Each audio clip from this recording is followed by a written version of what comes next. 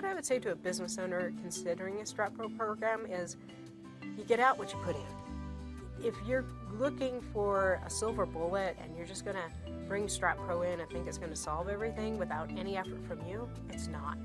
You've got to put the effort into it. But whatever you put in, you're going to get back threefold, fivefold, because you're going to see that development of your leadership team. You're going to see them embracing some of the different aspects of StratPro, being able to step up, to build that confidence, to take on that ability to make those decisions. And now you're going to free yourself from some of the stresses that you have.